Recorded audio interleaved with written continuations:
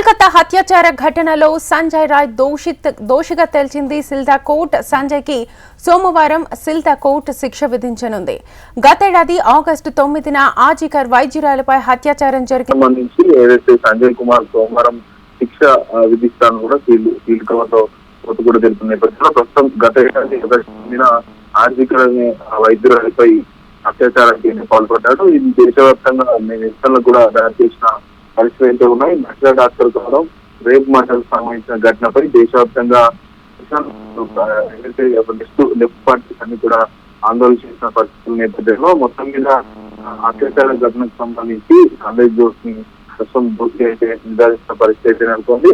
అయితే నిందితుల పైన అయితే కోర్టులో గతంలో కూడా చాలా సార్లు కూడా వాదన కూడా వినిపించిన పరిస్థితుల్లో భారత న్యాయ సంహిత చట్టాలైనటువంటి 103, 64, 63 శిక్షల కింద కేసులు నమోదు చేశారు. ఈ శిక్షల ప్రకారం గరిష్టంగా మరణ శిక్ష విధించే అవకాశం అయితే ఉంది. అయితే నిందితులు ఈ ఘోరమైన నేరం రుజువైనట్టు తెలియడంతో న్యాయమూర్తి అయితే సంబంధించిన వ్యాఖ్యలను కూడా వ్యాఖ్యానించిన పరిస్థితి. మొత్తానికి జ్యుడిషియల్ కస్టడీ కూడా అప్పగించిన నేపథ్యంలో దోషిగా అయితే కోర్టు అయితే నిర్ధారించిన పరిస్థితి అయితే ఉన్నాయి. Right Amar, thank you.